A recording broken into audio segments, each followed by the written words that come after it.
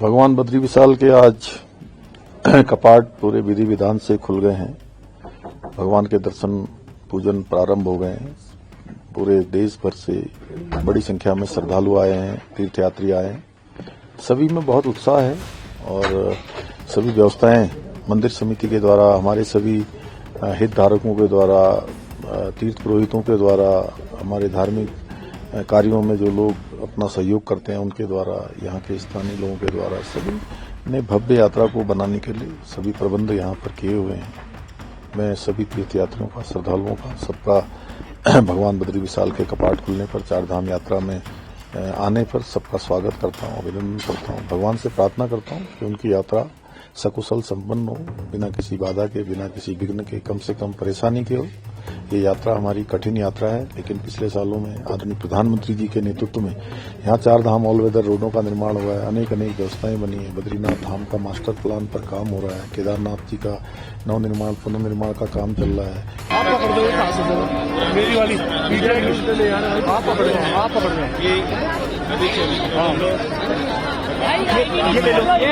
दर्शन का लाभ प्राप्त हो। जो लोग यहाँ पर आ चुके हैं उनको भगवान का दर्शन हो रहा है। जो लोग नहीं आ पाए हैं उन लोगों के लिए हमारा आह्वान है कि वे कार्यक्रम बनाएं और भक्ति भाव से, श्रद्धा से बद्रीनाथ जी के दर्शन के लिए आएं। यहाँ आने पर आपको अनुभव होगा कि क्या आध्यात्मिक आनंद होता है।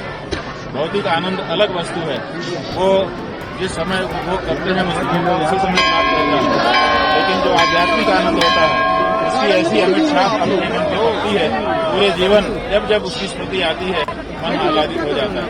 वो आध्यात्मिक आनंद यहाँ पर बन रहा है, इसका सौभाग्य होगा, निश्चित रूप से उसको प्राप्त होगा। आप इस ओर उन्मुख हो, यही हमारा इस समय आपसे आह्वान है। दिन बहुत महत्वपूर्ण है क्योंकि लोग 6 माह से प्रतीक्षा करते हैं भगवान के दर्शन के लिए। भगवान की पूजा का जो अधिकार मानवों को होता है 6 माह के बाद ही होता है। वैशाखे मासिते देवा गच्छन्ति निज मंदिरम कार्तिके समागत्या पुनरच्चाम चरन्ति ते ततो वैशाखमारभ्य मानवा हिम संशयात।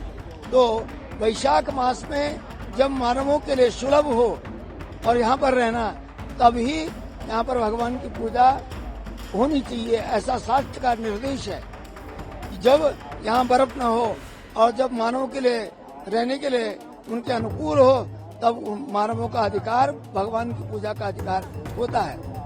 जो प्रक्रियाएं होती हैं वो सर्वप्रथम भगवान के कपाट उद्घाटन के लिए, सबके मंगल के लिए और स्वस्ति वाचन किया जाता है। और स्वस्ति वाचन के अनंतर द्वार देश पर, भगवान के मुख्य द्वार पर और गणेशादि पूजन संपन्न होने के अनंतर द्वार का पूजन किया जाता है। और द्वार पूजन के अनंतर यहाँ पर देखिए सबके कल्याण के लिए, मंगल के लिए भगवान से प्रार्थना की जाती है और उसके बाद समस्त प्राणी मात्र के कल्याणार्थ भगवान के पावन और मंगलमय कपाट उद्घाटित। कई वर्षों से ऐसा चल रहा है क्योंकि राष्ट्र के जो प्रधानमंत्री हैं वो राष्ट्र के अभ्युदय के लिए भगवान, देखिए भगवान बद्रीश्वर जो हैं भारतवर्ष के इष्ट देव हैं और इष्ट देव से ही प्रार्थना की जा सकती है। इसलिए सर्वप्रथम भारत राष्ट्र के अभ्युदय और समृद्धि के लिए प्रधानमंत्री की ओर से और यहाँ पर पहला पूजन होगा।